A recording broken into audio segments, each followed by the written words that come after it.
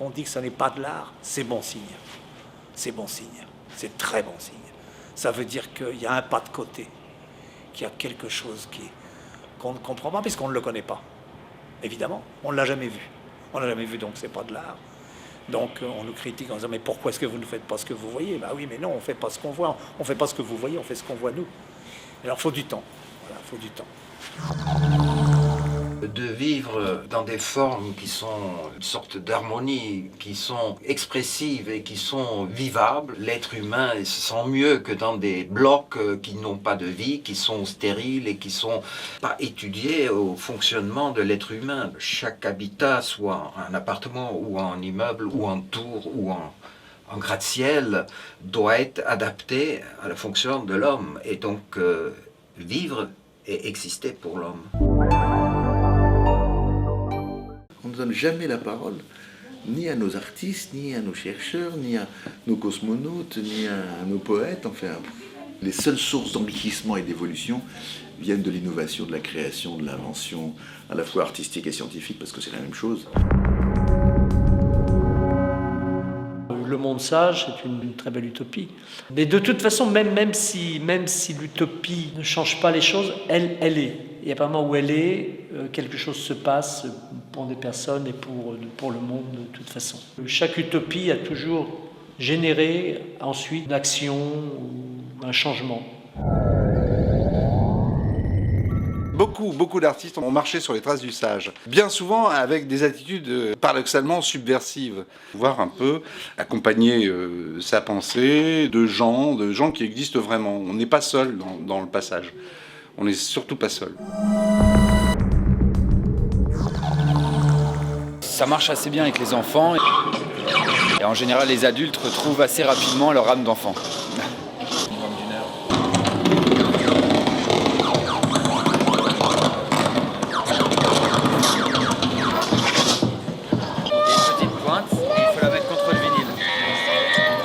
Mettre la petite pointe voilà, sur le vinyle, très bien. C'est toi qui le fais danser.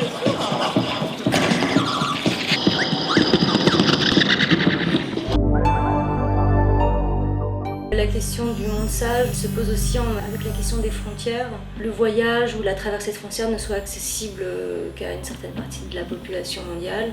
Pour moi, l'utopie ou le monde à venir, ça serait vraiment pouvoir avoir une libre circulation, une libre traversée de l'espace, que justement le temps puisse couler, circuler, advenir.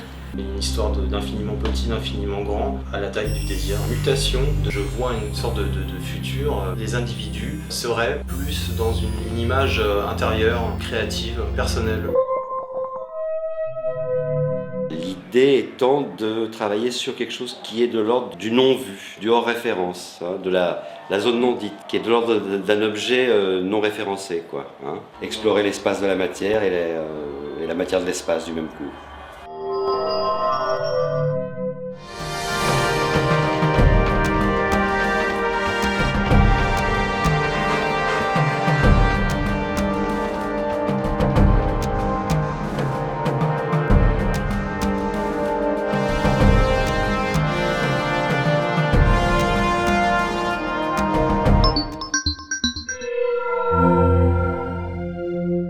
Disciplines différentes se mélangent énormément. On voit presque plus une distinction vraiment entre la peinture, entre le théâtre, la musique. Et il y a tout un amalgame des choses qui font aussi que ces frontières sont en train de disparaître. Et il surgit une autre forme d'art qui est très riche en expression. Demain, on sera dans les images. La plus petite partie de l'émulsion contient tous les points de vue de l'image enregistrée et le contrepoint, chacun des points de l'image enregistrée sont sur la totalité de la surface de l'image. Voilà, les liens avec la philosophie holistique, le lien avec le global, le local. Ça serait aussi peut-être d'essayer de trouver les points où on se tient en équilibre. Il y a un équilibre très fin comme l'équilibre du funambule.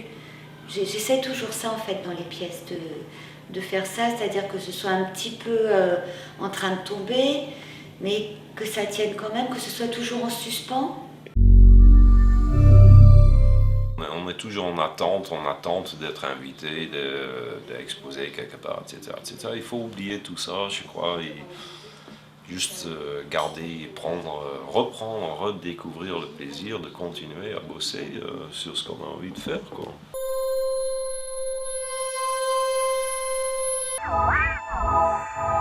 On fait le futur à chaque seconde. C'est un futur qui est beaucoup plus infime, un petit déplacement dans le temps. C'est écologique, quoi. Pour moi, ça serait ça aujourd'hui, l'avenir d'aujourd'hui.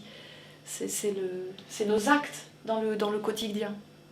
L'artiste, c'est ça, c'est celui qui est en quête d'innovation, qui crée, voilà, qui cherche, donc qui est dans le futur. On est inscrit dans le futur quelque part.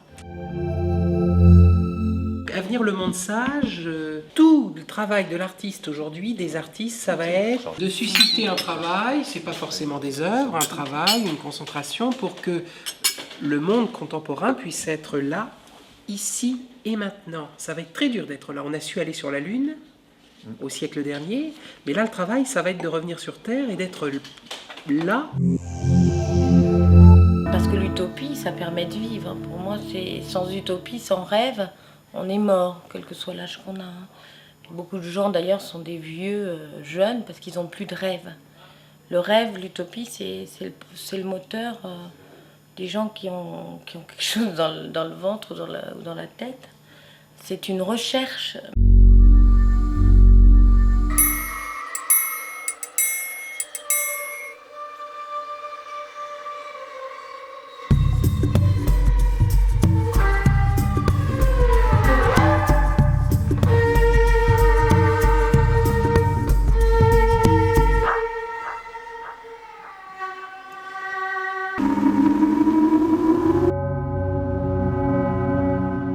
C'est une histoire qui n'a pas de début et qui n'a pas de fin. Le tout, c'est qu'il y ait un fond important. Enfin, le tout, c'est qu'il y ait une âme dans l'histoire. Voilà, c'est tout. S'il n'y a pas d'âme, il n'y a pas d'histoire. Et quand il y a une âme, tu as une histoire. Et qu'il y a une histoire, même si elle est très courte, elle peut devenir immense. Les images qui sont produites à des centaines d'exemplaires, moi j'en fais une image unique.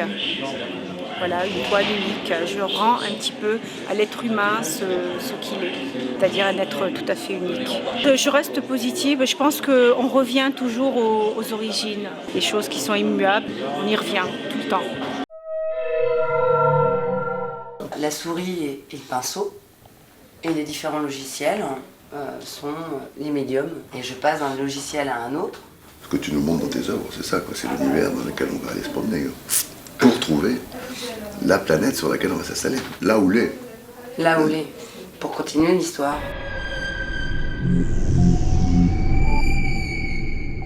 Détourner les images pour en faire des tableaux, quoi, des peintures numériques. Mais j'utilise que des images d'actualité. Mais j'en fais 10 comme ça dans la nuit, et puis après et puis je reprends la nuit suivante. Ah, c'est positif, ouais, non, c'est positif. Mais simplement, c'est vrai que c'est... Non, mais c'est très esthétisant, hein, quand même, les images d'actualité. Tu les prends, et tu les retravailles, ça peut devenir complètement esthétique. On a besoin de votre regard. On a vraiment besoin que vous disiez, ok, il y a une consistance, il y a une matière à cette espèce d'univers utopique. On a absolument besoin de votre regard. Regardez ce qu'on fait et puis dites-nous des tas de vacheries. Allez-y, n'hésitez pas. Soyez ravis aussi de temps en temps parce qu'on a quand même quelques bons artistes qui tiennent bien le niveau. Un monde sage, c'est un monde sage en fait. C'est très bien trouvé le mot, c'est exactement ça. Pour qu'il y ait un avenir, il faut une certaine sagesse. Ça dépendra de comment s'habillent les gens, si s'habillent de lumière, mais mental quoi. C'est ça aussi, marcher sur terre poétiquement.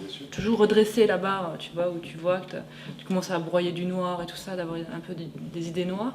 Clac, tout de suite. Tu peux faire ça et dire non, c'est bon. Il n'y a rien de perdu, il n'y a rien de truc, je vis encore, je suis là.